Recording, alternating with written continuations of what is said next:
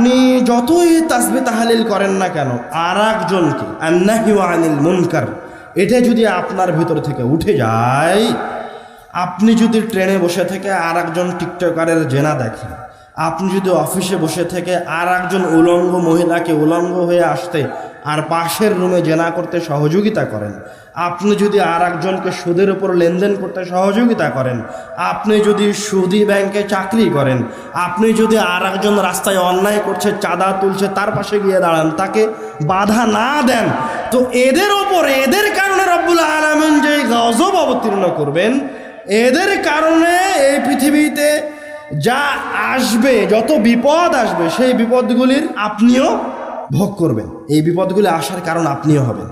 আর আপনি যদি দাওয়াতি কাজ চলমান রাখেন, রব্বুল আলামিন যদি কোনো বিপদ দিয়েও দেয়, তো রব্বুল আলামিন আপনাকে কোনো না কোনোভাবে ওই বিপদ থেকে বের করে নিয়ে আসবেন। সুবহানাল্লাহ। এই বিপদ থেকে, এই পৃথিবীর এই ক্রান্তি লগ্নের সময় থেকে, এই বাংলাদেশকে যদি আমরা আবারও ফিরিয়ে নিয়ে যেতে চাই, নিজেকে যদি বাঁচাতে চাই, তো পুনরায় রব্বুল আলামিনের কাছে ফিরে আসতে হবে। রব্বুল আলামিনের কাছে ফিরে আসা ছাড়া কোনো উপায় নাই, হকের পথে ফিরে আসা ছাড়া কোনো উপায় নাই। রব্বুল আলামিন অসংখ্য আয়াতে বলেছেন, যারা ভালো, যারা নেক কাজে লিপ্ত, যখন কোনো সম্প্রদায়ের জন্য সমাজের মানুষ ভালো কাজের দিকে ফিরে আসে, তখন রব্বুল আলামিনের রহমত অটোমেটিক তাদের উপর চলে আসে, বরকত তাদের উপর চলে আসে, রুটি রুজি একা একাই তাদের কাছে আসে, তাদেরকে যেতে হয় না রুটি রুজির জন্য। আপনি শুধু রব্বুল আলামিনের রাসূল সাল্লাল্লাহু আলাইহি ওয়াসাল্লামের দেখানো পথে আসেন, তারপরে রুটি রুজির ব্যবস্থা আপনাকে নয়, রব্বুল আলামিন করে দিবেন। রব্বুল আলামিন কোরআনুল কারীমে বলছেন, ওয়ালাউ আন্না আহলাল কুরা আমানু, যদি কোনো গ্রামবাসী, কোনো জনপদের মানুষ ঈমান আনয়ন করে, ওয়াত্তাকাউ, এবং রব্বুল আলামিনের বিধি নিষেধকে মেনে চলে, লাফাতাহনা আলাইহিম বারাকাতিম মিনাস সামাই ওয়াল আরদ, তাহলে আমি এই জনপদের ওপরে, এই মানুষদের ওপরে, ফাতাহনা আলাইহিম, আসমানের থেকে বরকত নাজিল হওয়ার দরজা সমূহকে উন্মুক্ত করে দিন। জমিন থেকে তাদের জন্য রুটি রুজির ব্যবস্থাকে, আমার রহমতের ব্যবস্থাকে, আমাদের রহমতের দরজাগুলিকে জমিন থেকে উন্মুক্ত করে দেব। সুবহানাল্লাহ। আর এক আয়াতে রব্বুল আলামিন বলছেন, ওয়াদারাবাল্লাহু মাসালান ক্বরিয়াতান কানাত আমিনাতাম মুতমাইন্নাহ, এমন একটা জনপদ ছিল যারা মুমিন, পরহেজগার, সবাই খুব ভালো মানুষ ছিল। অধিকাংশ মুফাসসিরিনগণ বলছেন এই আয়াতে রব্বুল আলামিন মক্কাবাসীর কথা বলছেন, কুরাইশদের কথা বলছেন। ওই অঞ্চলের মানুষ পরহেজগার ছিল, রব্বুল আলামিনের নাফরমানি করত না। আমিনাতাম মুতমাইন্নাহ, বিনিময়ে রব্বুল আলামিন ওই এলাকাকে, ওই অঞ্চলকে নিরাপদ করে দিয়েছিলেন। মুতমাইন্নাহ, সবাই খুব প্রশান্তিতে বসবাস করত। ইয়াতিহা রিজকুহা রাগাদাম মিন কুল্লি মাকান, অথচ এরকম মরুভূমিতে যেখানে গাছ হওয়ার মতো, শস্য উৎপাদনের মতো কোনো ব্যবস্থা নাই, রুটি রুজির কোনো ব্যবস্থা নাই। ইয়াতিহা রিজকুহা রাগাদাম মিন কুল্লি মাকান, এইরকম একটা জায়গায় রব্বুল আলামিন পৃথিবীর আনাচে কানাচে থেকে তাদের জন্য রিজিকের ব্যবস্থা করে দিতেন, রিজিক তাদের কাছে চলে আসতো। সুবহানাল্লাহ। অথচ রিজিক তাদের অঞ্চলে উৎপাদন হতো না, রব্বুল আলামিন অন্য অন্য জায়গা থেকে নিয়ে এসে তাদের খাবার দাবার এবং তাদের নিরাপত্তার ব্যবস্থা করে দিতেন। নিরাপত্তার ব্যবস্থা কেন বলা হচ্ছে? কেননা ওই সময় তাদের আশেপাশের যত এলাকা আছে, যত দেশ আছে, কাবিলা আছে, সবাই যুদ্ধে লিপ্ত, কারো নিরাপত্তা নেই। কেউ নিরাপদে এক দেশ থেকে আর এক দেশে ব্যবসার জন্য যেতে পারে না। অথচ আপনি ইতিহাসে দেখবেন, রাসূল সাল্লাল্লাহু আলাইহি ওয়াসাল্লামের সিরাতে দেখবেন যে কুরাইশ বংশের এরা, মক্কার অধিবাসীরা নিরাপদে সিরিয়ায় যেত, শামে যেত, মিশরে যেত, এই সমস্ত অঞ্চলে তারা ব্যবসা বাণিজ্য করত। তারা ধনী ছিল, কোটিপতি ছিল, তাদেরকে কেউ রাস্তায় ছিনতাইও করতো না, বিপদেও ফেলতো না। এটা রব্বুল আলামিনের পক্ষ থেকে তাদের উপর একটা খাস নিয়ামত ছিল। তারপরে রব্বুল আলামিন বলছেন, ফাকাফারাত বিআনউমিল্লাহ, এক পর্যায়ে গিয়ে তারা রব্বুল আলামিনের নিয়ামতকে অস্বীকার করলো, তারা রাসূল সাল্লাল্লাহু আলাইহি ওয়াসাল্লামের দাওয়াতকে অস্বীকার করলো। ফাযাকাহুল্লাহ লিবাসাল জু'i ওয়াল খাউফ, এবার রব্বুল আলামিন তাদের উপরে ক্ষুধা, খাদ্যের সংকট এবং অনিরাপত্তাকে চাপিয়ে দিলেন। তারা এবার ভয় পাওয়া শুরু করলো। বিমা কানু ইয়াসনাউন, এবং তাদের এই অনিরাপত্তার কারণ হচ্ছে তারা যে কাজগুলি করত, সেগুলি কি কাজ করত? তারা রাসূল সাল্লাল্লাহু আলাইহি ওয়াসাল্লামের উপর অত্যাচার করত, তারা যারা অনুসরণ করেছিল তাদেরকে শাস্তি দিত, তাদেরকে মক্কা থেকে বের করে দিল। এবং রব্বুল আলামিনের নাফরমানি করার কারণে যাদের উপর এতদিন তিনি নিয়ামত দিয়ে রেখেছিলেন এদের সবার সর্দারদেরকে বদর প্রান্তরে রব্বুল আলামিন হত্যা করলেন। সাহাবা একরামগণ এদেরকে হত্যা করলেন। কালেমার পতাকা আবার এদের উপর বিজয়ী হল। এইভাবে রব্বুল আলামিন যারাই ফিরে আসে তাদের উপর তার রহমত, তার বরকত, তার নেয়ামত অবতীর্ণ করতে থাকে। এবং যারা সৎ বান্দা রব্বুল আলামিনের তাসবিহ করে, যেটা আপনাকে বললাম, আপনি যদি দাওয়াতি কাজ চালু রাখেন আর রব্বুল আলামিনের গজব চলে আসে, তো আপনি যেহেতু দাওয়াতি কাজ করেন, রব্বুল আলামিন আপনাকে ওই গজব থেকে বের করে নিয়েন। তার সবচেয়ে বড় দলিল হচ্ছে ইব্রাহিম আলাইহিস সালাতু ওয়াস সালাম। ইব্রাহিম আলাইহিস সালাতু ওয়াস সালাম ছিলেন রব্বুল আলামিনের নবী, পরহেজগার বান্দা, মানুষকে দাওয়াত দিতেন, কিন্তু মানুষ তার দাওয়াত গ্রহণ করেনি, তাকে আগুনে নিক্ষেপ করলো। রব্বুল আলামিন আগুনকে বললেন, কুনি বারদাও ওয়া সালামা, হে আগুন তুমি ঠান্ডা হয়ে যাও। আসহাবুল উখদুদের ঘটনা আপনারা শুনেছেন, ওই যুবকের ঘটনা আপনারা জানেন। রাজা তাকে বহুভাবে বিভিন্নভাবে হত্যা করার চেষ্টা করে, কিন্তু হত্যা করতে পারে না, মারতে পারে না। শেষ পর্যন্ত ওই যুবক নিজে বলে দিল যে কিভাবে তাকে হত্যা করা যাবে। তখন রাজা ওই যুবক যে পদ্ধতির কথা বলে দিল যে তুমি আমার রবের নামে আমার দিকে তীর চালাও, তাহলে তুমি আমাকে হত্যা করতে পারবে, সেইভাবে তাকে হত্যা করলো। রব্বুল আলামিন ওই যুবককে নিরাপত্তা প্রদান করলেন তার দাওয়াতি কাজের কারণে। ইউনুস আলাইহিস সালাতু ওয়াস সালাম রব্বুল আলামিনের একজন পরহেজগার বান্দা। তিনি যখন সাগরে হাবুডুবু খাচ্ছেন, মাছ তাকে গিলে নিয়েছে, রব্বুল আলামিন এই পরহেজগার বান্দার ডাকে সাড়া প্রদান করলেন। তাকে তিনি ওই সমুদ্রে যেই জায়গায় বাঁচার কোনো উপায় নাই, তিনিও জানেন তার বাঁচার কোনো উপায় নাই, কিন্তু রব্বুল আলামিন ক্ষমতাশীল, তার ক্ষমতার উপরে কোনো ক্ষমতা নাই, তিনি চাইলেই কোনো উপায় বের করে দিতে পারেন। রব্বুল আলামিন তাকে ওই সমুদ্র থেকে, ওই মাছের পেট থেকে বাঁচালেন, রক্ষা করলেন। আসহাবে কাহফের যুবকদের ঘটনা জানেন, তারাও দাওয়াতি কাজে বের হয়েছিল। তাদেরকে হত্যা করার জন্য রাজা সব জায়গায় তাদেরকে খুঁজছে। রব্বুল আলামিন তাদের নিরাপত্তার ব্যবস্থা করলেন, তারা গুহায় গিয়ে আশ্রয় নিল, তাদেরকে কেউ হত্যা করতে পারল না। রব্বুল আলামিন তাদেরকে নিরাপদ করে দিলেন। তারা দাওয়াতি কাজ করতে ভালো মানুষ ছিল। নূহ আলাইহিস সালাতু ওয়াস সালামের কওম যারা নাফরমানি করেছিল, সবাইকে রব্বুল আলামিন পানিতে ডুবিয়ে দিলেন, কিন্তু নূহ আলাইহিস সালাতু ওয়াস সালাম রব্বুল আলামিনের বান্দা, দাওয়াতি কাজ করতেন, এবং তারা যারা অনুসারী ছিল তাদেরকে রব্বুল আলামিন নৌকাতে করে রক্ষা করলেন, বাঁচালেন। বদরের যুদ্ধে, খন্দকের যুদ্ধে রাসূল সাল্লাল্লাহু আলাইহি ওয়াসাল্লাম যত যুদ্ধ করেছেন, সব যুদ্ধে মুসলমানরা দুর্বল, মুহাম্মদ সাল্লাল্লাহু আলাইহি সাল্লাম দুর্বল, অস্ত্র নাই, শস্ত্র নাই, কোনো কিছু নাই, কিন্তু রব্বুল আলামিন প্রত্যেকটা যুদ্ধে কাদেরকে বিজয়ী করেছেন? মুহাম্মদ সাল্লাল্লাহু আলাইহি সাল্লামকে, এই দুর্বলদেরকে বিজয়ী করেছেন, কোনো অস্ত্র ছাড়া, ক্ষমতা ছাড়া। কেন? তারা রব্বুল আলামিনের তাসবিহ পাঠ করে, তারা রব্বুল আলামিনের দ্বীনকে প্রচারের জন্য দাওয়াতি কাজ করে। যদি নিজেকে বাঁচাতে চান তাহলে দাওয়াতি কাজে আসেন। দাওয়াতি কাজ শুধুমাত্র আলেম ওলামার উপরে ন্যস্ত করা নাই, দাওয়াত দেওয়া আপনারও কর্তব্য। যখন আপনি দেখছেন বাসেই আর একজন বেহায়া অবস্থায় আছে, আপনার দায়িত্ব তাকে বলেন সে যেন বেহায়া অবস্থায় না থাকে। আপনার দায়িত্ব তাকে বলেন সে যেন এই জায়গায় নাচ গান নর্তকের ভিডিও না করে। আপনি বগুড়া অঞ্চলের মানুষ, কত আহলে হাদিস, হাজার হাজার আহলে হাদিস, অথচ আপনার এই বগুড়া শহরেই এই রাস্তা দিয়ে বের হলে আপনি দেখবেন উলঙ্গ মহিলারা হেঁটে যাচ্ছে। ওদেরকে নিষেধ করা আপনার দায়িত্ব।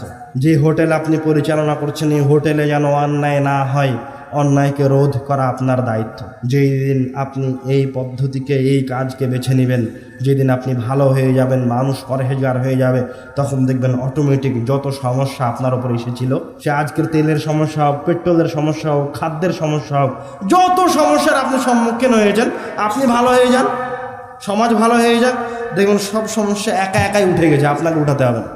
আপনাকে ব্যারেল ব্যারেল তেল অন্য অন্য দেশ থেকে কিনে নিয়ে আসা লাগবে না, ওটা রব্বুল আলামিন ব্যবস্থা করে দিবেন, সহজ করে দিবেন, কঠিন করে রাখবেন না। আপনি লাইন, হাজার হাজার মানুষ মোটর সাইকেল নিয়ে দাঁড়িয়ে আছে প্রখর রোদের ভিতরে, কত কষ্ট করছে 1 লিটার তেলের জন্য, 200 টাকা তেল দিবে, 200 টাকার বেশি তেল দিবে না। অথচ ওই লোকটা একদিন কোনো একজন মানুষকে গিয়ে বলেনি যে তুমি সালাত আদায় করো, কোনো একদিন কোনো উলঙ্গ মহিলাকে বলেনি যে তুমি একটু পর্দা পরিহিতা করো, কোনোদিন নিজের সন্তান সন্ততিকে বলেনি তুমি মসজিদ মাদ্রাসায় যাও। তো ওই যে গজবের সম্মুখীন হয়েছে, যে বিপদের সম্মুখীন ও নিজে, এখন ওই গজবটা কার জন্য এসেছে? কার কারণে এসেছে? নিজের কারণে এসেছে। ইন্নাল্লাহা লা ইয়াযলিমু মিসকালা যাররাহ, রব্বুল আলামিন কারো উপরে সরিষা সমপরিমাণ জুলুম করেন না। আল্লাহ রাসূল সাল্লাল্লাহু আলাইহি ওয়াসাল্লাম বলেছেন, ইন্নাল্লাহা ইয়ারফাউ বিহাযাল কিতাবি আকওয়ামান ওয়া ইয়াদউ বিহি আখারিন। রব্বুল আলামিন এই কিতাবকে দিয়ে একটা জাতিকে সম্মানিত করবেন, আবার এই কিতাবকে দিয়ে একটা জাতিকে অপদস্থ করবেন, তাদের উপর গজবকে চাপিয়ে দিবেন, অধঃপতনের অথল তলে নামিয়ে দিবেন। সেটা কিভাবে? কোরআনুল কারীম একটা জাতি নিয়ে আছে, ওদেরকে রব্বুল আলামিন সম্মানিত করেছেন। আরও একটা জাতি ওরাও কোরআনুল কারীম বহন করে, অথচ রব্বুল আলামিন ওদের উপরে নানান ধরনের গজব দিয়ে রেখেছেন। কারণটা কি? এদের কাছে কোরআন আছে, এরা কোরআন পড়ে, এরা কোরআন মানে।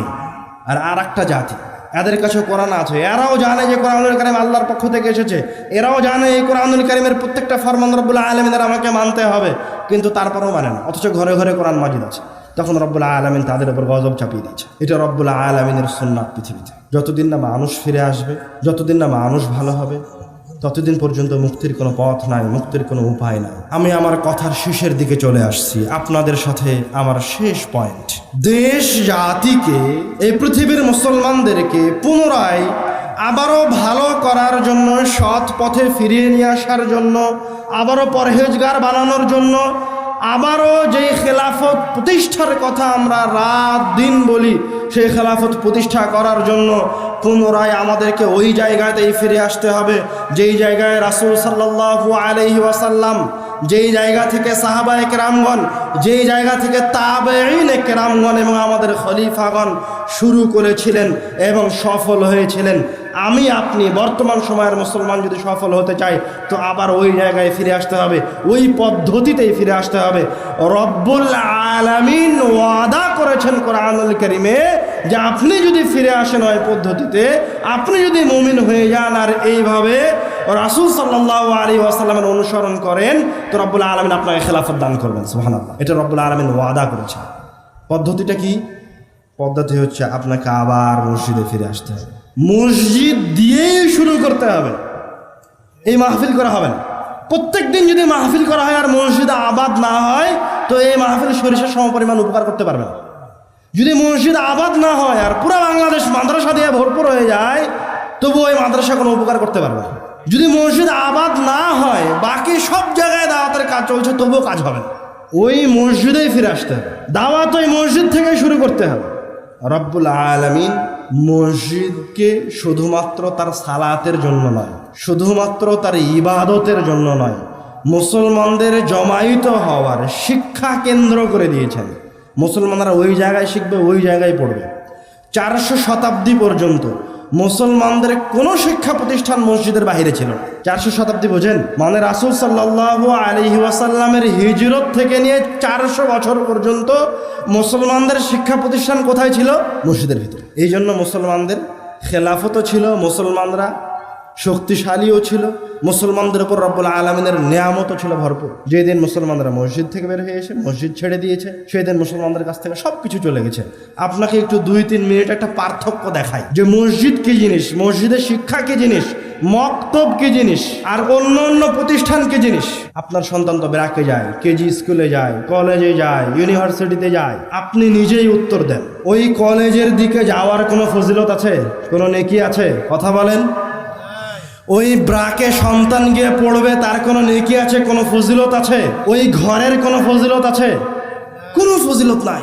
আর রাসূল সাল্লাল্লাহু আলাইহি ওয়াসাল্লাম বলছেন, মান গাদা আও রাহা ইলাল মসজিদ, কেউ যদি শুধু মসজিদের উদ্দেশ্যে বের হয়, কি করবে মসজিদে গিয়ে সেটা পরের কথা, কি ইবাদত করবে সেটা পরে, শুধু মসজিদের উদ্দেশ্যে সকালে বের হোক, সন্ধ্যায় বের হোক, রাত্রে বের হোক, যখনই বের হোক, শুধু রব্বুল আলামিনের ঘরকে উদ্দেশ্য করে বের হয়েছে, আ'আদাল্লাহু লাহু নুজুলান ফিল জান্নাহ, রব্বুল আলামিন ওই বান্দার জন্য জান্নাতে অভ্যর্থনার ব্যবস্থা করেছেন। সুবহানাল্লাহ, খাবার দাবার ব্যবস্থা করেছেন।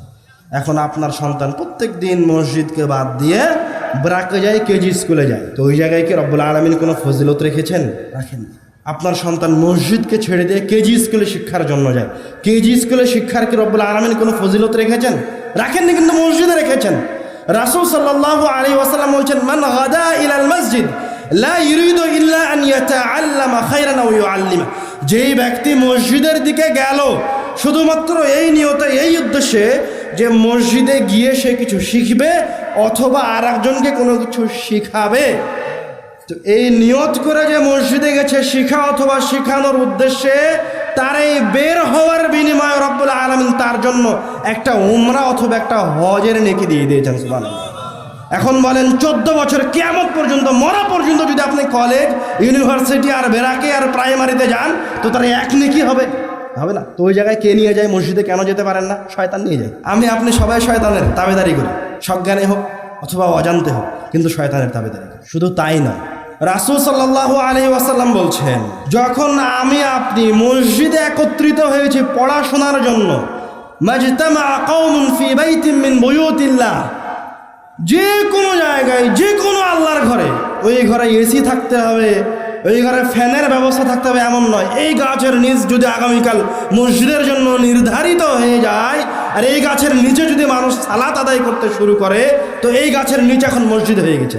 এই জায়গায় এখন যদি কোনো মানুষ, বাচ্চা কাচ্চা, আপনি পড়াশোনার জন্য একত্রিত হই, তো রাসূল সাল্লাল্লাহু আলাইহি ওয়াসাল্লাম বলছেন, ইল্লা নাযালাত আলাইহিমুস সাকিনাহ, তাহলে ওই জায়গায় যারা একত্রিত হয়েছে পড়াশোনার জন্য, ওদের উপর রব্বুল আলামিনের পক্ষ থেকে সাকিনা, প্রশান্তি অবতীর্ণ হবে। ওয়া গাশিয়াতহুমুর রাহমাহ, ওদেরকে রব্বুল আলামিনের রহমত ঢেকে থাকবে। ওয়া হাফাতহুমুল মালাইকা, রব্বুল আলামিনের ফেরেশতারা তাদেরকে ঘিরে থাকবে। এতটুকুই নয়, এই 2-3টা ফজিলতি যথেষ্ট ছিল, কিন্তু রাসূল সাল্লাল্লাহু আলাইহি ওয়াসাল্লাম এই জায়গায় থেমে গেলেন না। রাসূল সাল্লাল্লাহু আলাইহি ওয়াসাল্লাম আরও বললেন, যারা মসজিদে বসে থেকে পড়াশোনা করছে, রব্বুল আলামিনের জিকির করছে, রব্বুল আলামিন এদের কথা, এইরকম পাপিষ্ঠ বান্দার কথা, আমার আপনার মতো একজন ছোট্ট বান্দার কথা, রব্বুল আলামিন আমাদের সৃষ্টিকর্তা, জগৎ সময়ের সৃষ্টিকর্তা, আমাদেরকে মসজিদে বসে পড়াশোনা করতে দেখে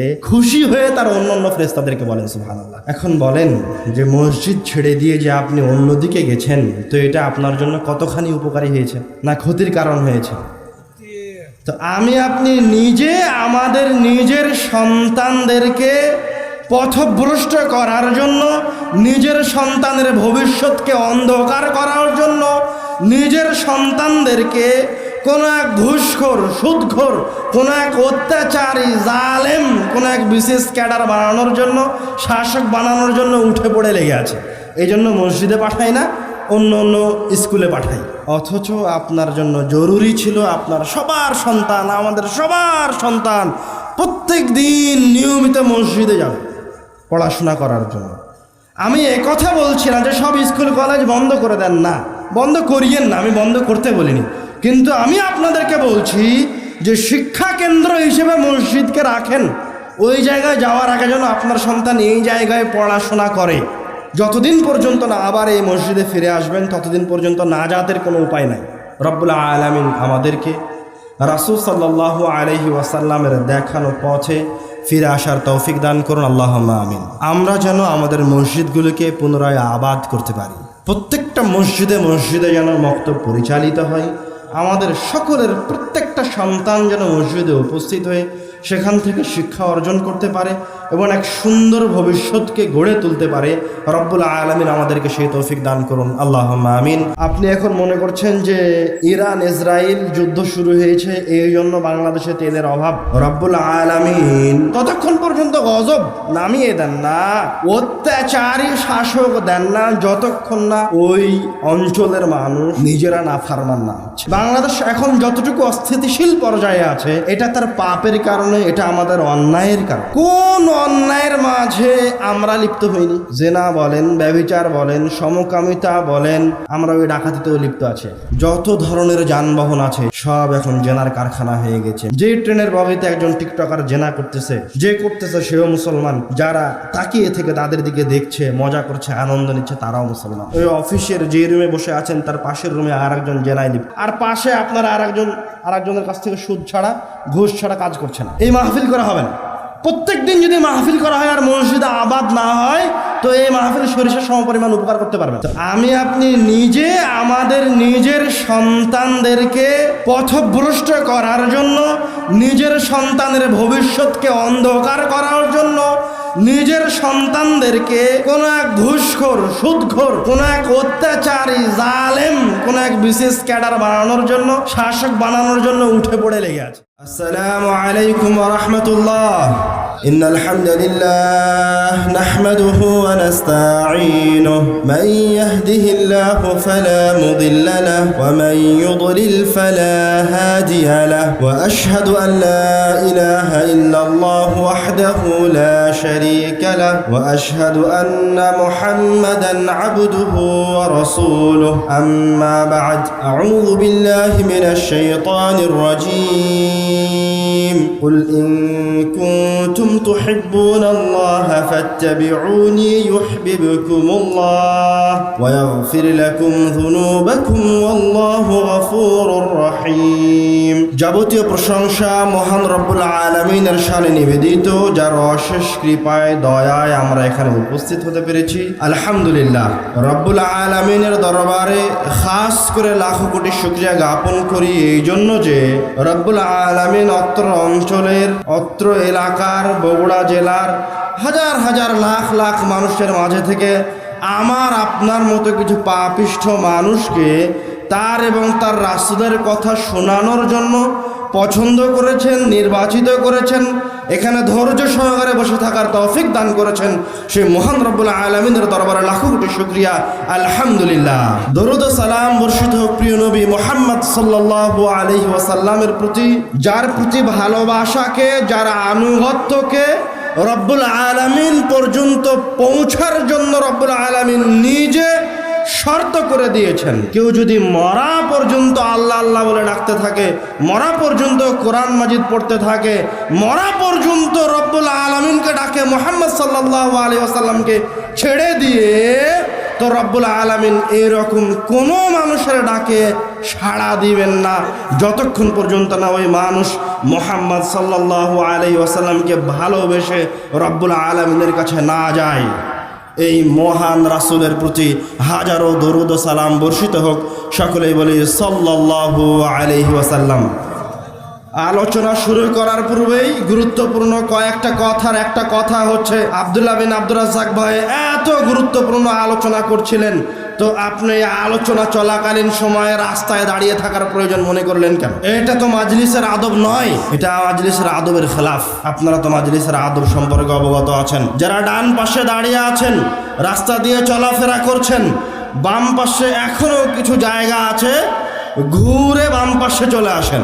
আপনি এমন কিছু করিয়েন না যাতে মাজলিসের পরিবেশ নষ্ট হয়। আপনি রাস্তা দিয়ে হাঁটার প্রয়োজন মনে করিয়েন না। আমি আপনাকে আল্লাহ রাসূল সাল্লাল্লাহু আলাইহি ওয়াসাল্লামের কয়েকটা হাদিসের অনুবাদ, রব্বুল আলামিনের আয়াতের কয়েকটা অনুবাদ করে শোনানোর জন্য, নাসিহা করার জন্য উপস্থিত হয়েছি, এবং আমি চাই আপনার কিছু উপকার হোক, এবং আপনিও এই নিয়ত করে এই জায়গায় এসেছিলেন যে হ্যাঁ আমাদের কাছে আপনি কিছু শুনবেন। আজকে সবাই আসছে, আমরাও আসবো, কিছু শুনবো, কিন্তু ওই যে আপনি শয়তানের কথা ভুলে গেছেন। আপনি যখন নিয়ত করেছেন শুনবো মনে করে এই জায়গায় এসেছেন, আপনি নিয়ত করেছেন ভালো কাজের, কোরআন আর হাদিসের কথা শোনার, শয়তান আপনার পিছনে লেগে গেছে কিভাবে আপনাকে সরানো যায় এখান থেকে। অনেক মানুষ আছে যারা কল্পনা করেছিল, নিয়ত করেছিল এই মাঠে উপস্থিত হতে পারেন, শয়তান ওদেরকে ঘরে আটকে দিয়েছে। অনেক মানুষ আছে যারা এখানে এসেছে, আসার পরে এবার বাজার ঘাট দেখে বাজার ঘুরছে, বাদাম খাচ্ছে, জিলাপি খাচ্ছে, আর আমাদের আলোচনা শুনছে, ওইও শয়তানের সাথে আছে। এটা শোনার আদব নয়। আর কিছু মানুষ আছে যারা এখানে বসে আছে, ওদেরকেও শয়তান বারবার ওয়াসওয়াসা দিচ্ছে, ও 2 মিনিট পর পর উঠে যাওয়ার প্রয়োজন মনে করে। কথা কি শেষ হয়ে গেছে? তো আপনি উঠে গেলেন কেন? কেন আপনি উঠে যাওয়ার প্রয়োজন মনে করছেন? শেখ আব্দুর রাজ্জাক বিন ইউসুফ কোরআন হাদিস থেকে বলবেন, আর আমি কি গল্প করব? না আমিও কোরআন হাদিসের কথাই বলবো, না কোরআন হাদিসের অনুবাদ করব। যদি অন্য কোনো কিছু বলা লাগে কোনো দিন, তো ওই দিন আপনাদের সামনে দাঁড়াবো না ইনশাআল্লাহ। যতদিন বেঁচে আছি কোরআন হাদিসের অনুবাদ করেই আপনাদের সামনে আলোচনা করব। ওয়ামা তৌফিকি ইল্লা বিল্লাহ। শয়তান থেকে বেঁচে থাকার চেষ্টা করেন। শয়তান বড় ভয়ঙ্কর জিনিস, ক্ষতিকারক জিনিস। সরিষা সমপরিমাণ জায়গা পেলে ওই দিক দিয়ে শয়তান ঢুকে যায়। প্রত্যেক ভালো কাজের পাশে শয়তান আর একটা ভালো কাজ সাজায়, যেন আপনাকে ওই গুরুত্বপূর্ণ ভালো কাজ থেকে বের করে নিয়ে আসা যায়। ওই ভালো কাজটা শয়তান সাজিয়েছে। আমি আলোচনা করে উঠে যাব, যখন চলে যাব তখন 10 জন, 15 জন, 100 জন আমাকে সালাম দিতে আসবেন। আমার পরে কে আলোচনা শুরু করছে? আব্দুর রহমান বিন আব্দুর রাজ্জাক। আপনি কেন আমাকে সালাম দিতে উঠে আসলেন?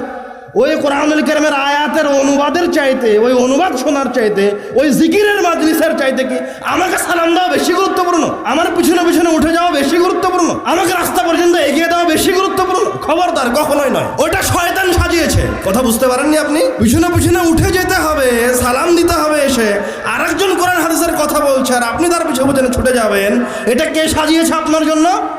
শয়তান সাজিয়েছে। একটু আগেই অনেক কষ্টে আপনি রব্বুল আলামিনের আনুগত্যে ছিলেন, 2 সেকেন্ড সময় লাগেনি, আপনি এখন শয়তানের আনুগত্যে আছেন। কাজ আপনি ভালো কাজে আছেন, আপনার বিবেক বলছে আপনি ভালো কাজে আছেন। আপনাকে তো বহুদিন শয়তানের সূচনা লগ্ন প্রথম ঘটনার কথা বলেছি আদম আলাইহিসসালাম। আদম আলাইহিসসালামকে রব্বুল আলামিন নিজে হাতে সৃষ্টি করেছেন, একজন নবী, সকলের পিতা, সকল নবী রাসূলের পিতা, সকল সিদ্দিকিন সালেহিনদের পিতা, যার মাঝে রব্বুল আলামিন নিজে রূহ ফুঁকে দিয়েছেন, যিনি জান্নাতে বসবাস করতেন। তার মতন একটা নবীকে শয়তান অন্যদিকে নিয়ে চলে গেল, ভুল করালো। আপনি কি মনে করছেন আদম আলাইহিস সালাম নিজে আল্লাহর নাফরমানি করেছে? আদম আলাইহিস সালামকে নিজে রব্বুল আলামিনের নাফরমানি করেছে? কথা বলেন না কেন? আপনারা হয়তো জানেন যে আদম আলাইহিস সালাম রব্বুল আলামিনের নাফরমানি করেছে, ওটা রব্বুল আলামিনের নাফরমানি আদম আলাইহিস সালাম করেনি। ঘটনা শুনতে বুঝতে ভুল হয়েছে। আপনার সামনে যেমন ভালো মানুষ দেখলে আপনি ছুটে যান, হুজুর কথা বলছে দেখলেই আপনি তার কথা শোনার জন্য ছুটে যান, তারপর তার কাছে নর্তকের গল্প শুনে বাড়িতে ফিরে আসেন হাসি মজাক করে, ঠিক তেমনি ওই রকম হুজুর সেজে, পরহেজগার বান্দা সেজে শয়তান আদম আর হাওয়া আলাইহিস সালামের সামনে এসেছিল, এসে রব্বুল আলামিনের কসম করেছিল। যেমন আজকাল মানুষ ভালো সেজে আপনাদেরকে ভুল পথে নিয়ে যাচ্ছে, ঠিক একই কাহিনী ঘটেছিল আদম আলাইহিস সালামের সাথে। বিবেচনা করে, যাচাই বাছাই করে আমল করতে হবে, অনুসরণ করতে হবে, দলিল নিয়ে। আদম আর হাওয়ার সামনে শয়তান এসে বলছে রব্বুল আলামিনের কসম করে যে ওয়াল্লাহি, আল্লাহর কসম। রব্বুল আলামিন কুরআনুল কারীমে বলেছেন কাসামাহুমা, শয়তান আদম আর হাওয়ার সামনে কসম করছে রব্বুল আলামিনের যে আমি আল্লাহর কসম করে বলছি, ইন্নী, নিশ্চয় আমি, লাকুমা, তোমাদের দুইজনের জন্য, লামিনান নাসিহিন, অবশ্যই উপদেশদাতা, অবশ্যই আমি আল্লাহর কসম করে বলছি তোমাদের দুইজনকে ভালো কাজের দিকে নিয়ে যাওয়ার জন্য এসেছি, তোমাদের কল্যাণ চাই। কে বলছে এই কথা? শয়তান বলছে। কার সামনে বলছে? আদম আর হাওয়া আলাইহিস সালামের সামনে বলছে, পৃথিবীর অন্যতম শ্রেষ্ঠ মানুষের সামনে। শয়তান এতবার বলল, এত সুন্দর করে বলল, এত ভালোভাবে বলল, আর এত ফজিলত বর্ণনা করলো যে আদম আর হাওয়া আলাইহিস সালাম মনে করলেন বাস্তবে এই ফলের অসংখ্য উপকারিতা আছে, দিয়ে তারা ফল খেয়ে ফেললেন। এই কথা বলে আমি আপনাকে বলতে চাচ্ছি যে আপনি সতর্ক হন। আদম আর হাওয়া আলাইহিস সালামকে যদি শয়তান এভাবে ভুল পথে নিয়ে যেতে পারে, তো আপনাকে নিয়ে যেতে পারে না?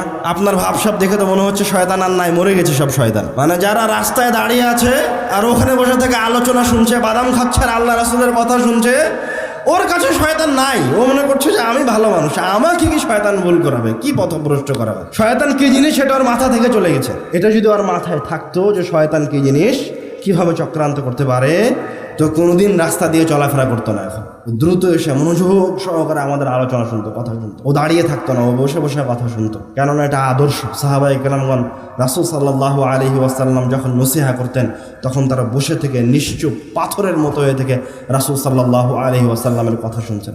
সাহাবী বলছে, আল্লাহ রাসূল সাল্লাল্লাহু আলাইহি ওয়াসাল্লাম যখন কথা বলতে শুরু করেছেন, কান্না আলা রুসিনা তাইর, আমরা এমন নিস্তব্ধ হয়ে বসে আছি যে পাখি আমাদেরকে জড় বস্তু মনে করে আমাদের মাথার উপর বসে থাকবে। কথা কি বুঝতে পারলেন?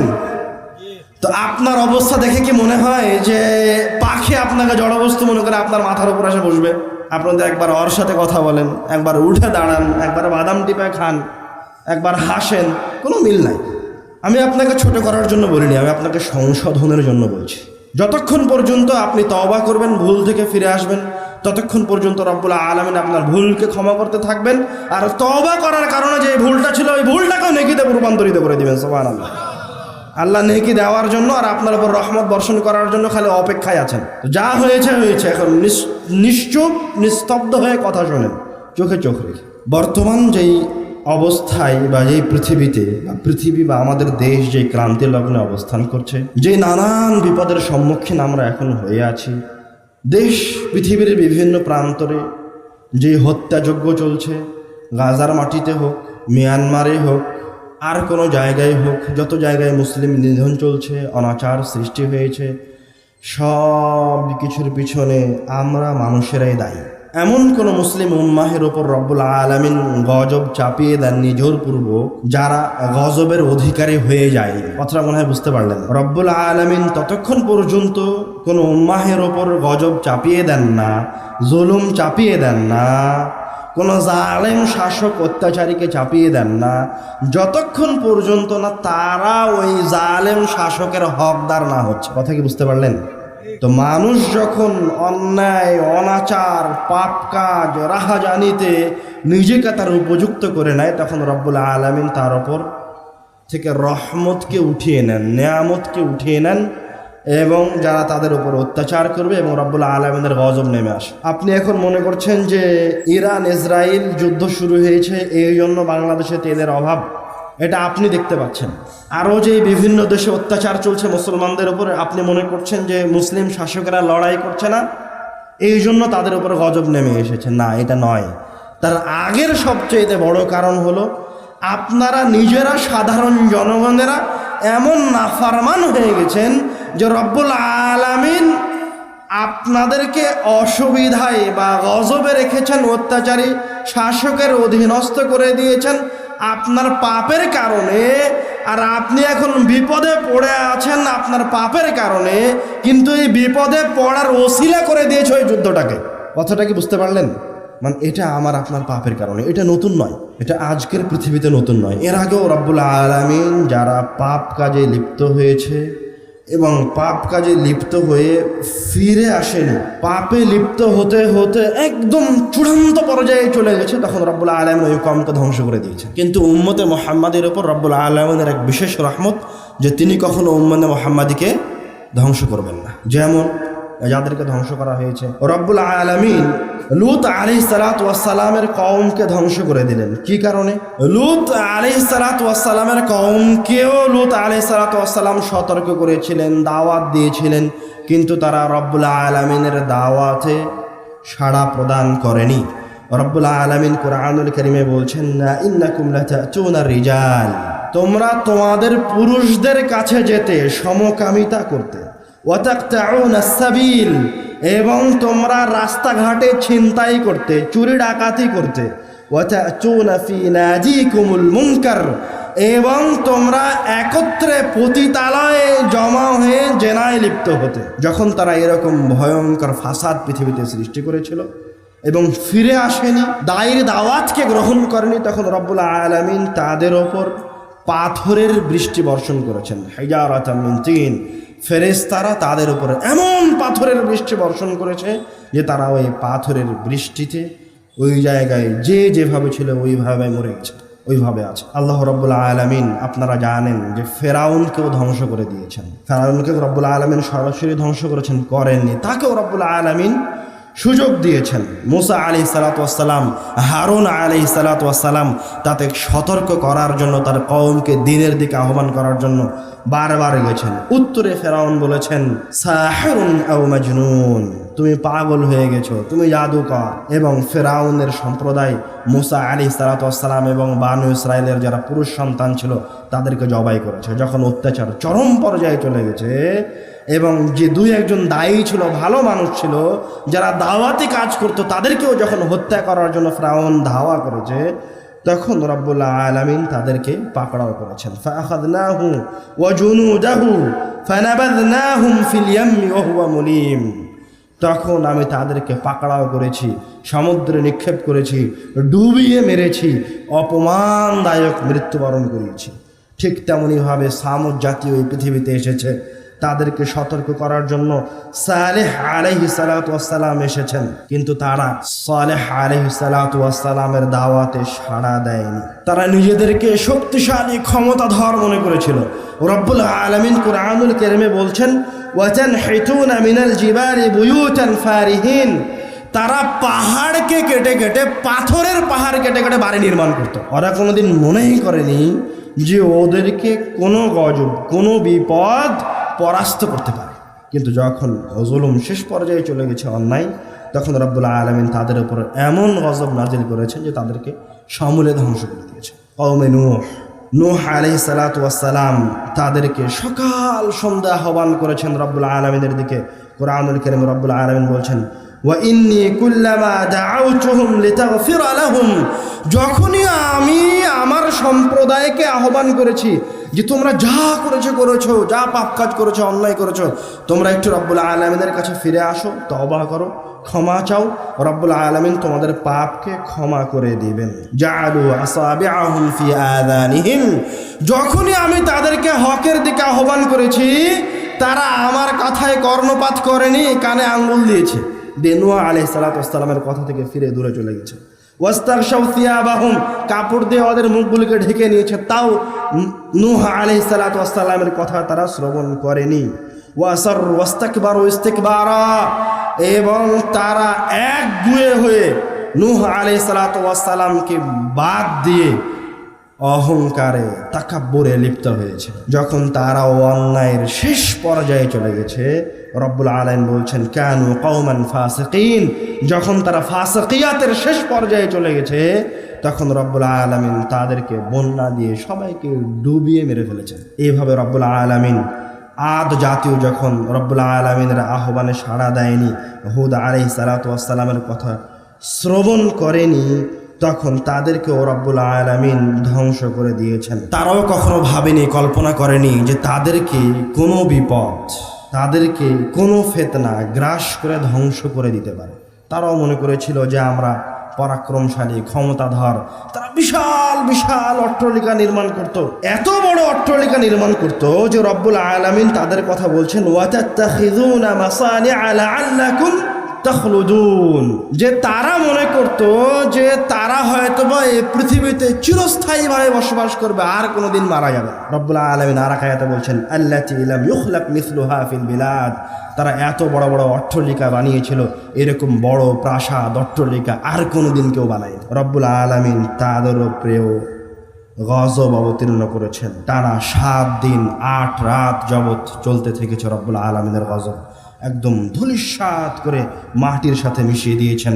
তেমনইভাবে শুআয়ব আলাইহিস সালাতু ওয়াস সালামের কওম মাদায়েনবাসীর উপর রব্বুল আলামিনের গজব নাজিল হয়েছে, তাদের ফিতনা ফাসাদের কারণে, সমাজে বিশৃঙ্খলা সৃষ্টি করার কারণে।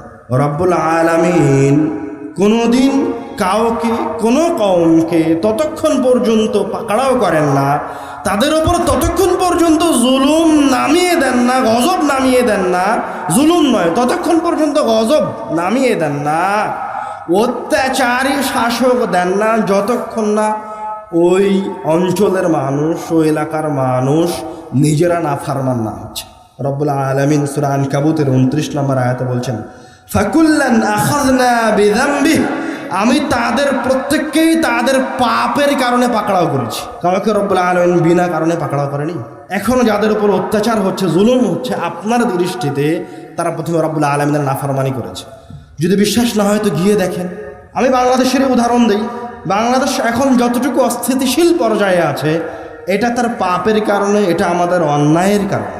এই যে যতগুলি কওমের অন্যায়ের কথা আমি এখন পর্যন্ত বললাম, তার কোন অন্যায়ের মাঝে আমরা লিপ্ত হইনি? জেনা বলেন, ব্যভিচার বলেন, সমকামিতা বলেন, আপনার বড় বড় বিল্ডিং বানানোর পাল্লাপাল্লি বলেন, প্রতিযোগিতা বলেন। রব্বুল আলামিন লূত সম্প্রদায়কে সমকামিতা এবং জেনার পাশাপাশি আরও একটা কারণে ধ্বংস করেছেন, সেটা হচ্ছে লুটপাট, ডাকাতি। আমরা ওই ডাকাতিতেও লিপ্ত আছি। এমন কোনো কাজ নাই, এমন কোনো জঘন্যতম অপকর্ম নাই যা এখন আমরা করি না। কিভাবে রব্বুল আলামিনের রহমত আমরা পেতে পারি?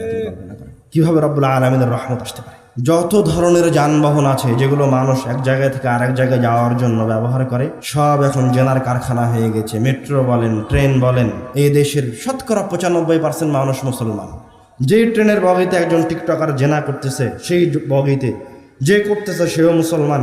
যারা তাকিয়ে থেকে তাদের দিকে দেখছে, মজা করছে, আনন্দ নিচ্ছে, তারাও মুসলমান। যে অফিসে আপনি 12 ঘন্টা বসে থাকেন, ডিউটি করেন নিয়মিত, দিনের অর্ধেক সময়, জীবনের অর্ধেক সময় যে অফিসে আপনি অতিবাহিত করছেন, ওই অফিসের যে রুমে বসে আছেন তার পাশের রুমে আর একজন জেনায় লিপ্ত, তার পাশের বাথরুমে আর একজন জেনা করছে। তো কীভাবে রব্বুল আলামিন আপনার উপর রহমত বর্ষণ করবেন অথচ আপনার পাশে আর একজন জেনা করছে? আপনার পাশে আপনি একজন তাসবিহ পড়ছেন, সুবহানাল্লাহ, আলহামদুলিল্লাহ, লা ইলাহা ইল্লাল্লাহ, আয়াতুল কুরসি পড়ছেন, কত দোয়া পড়ছেন, আর পাশে আপনার আর একজনের কাছ থেকে সুদ ছাড়া, ঘুষ ছাড়া কাজ করছে না। আপনি ওকে কোনো কিছু বলেন না। আপনি কি মনে করছেন যে আপনার এই তাসবিহ, আপনার এই সুবহানাল্লাহ, আলহামদুলিল্লাহ ওই গজব থেকে বাঁচাবে যেই গজবে ওই অপরাধকারী পতিত হবে? যখন পাপ প্রকাশ্যে চলে আসে তখন গজব একসাথে সবাইকে পাকড়াও করে, কাউকে ছাড়েন, কেউ বাদ যাবে না।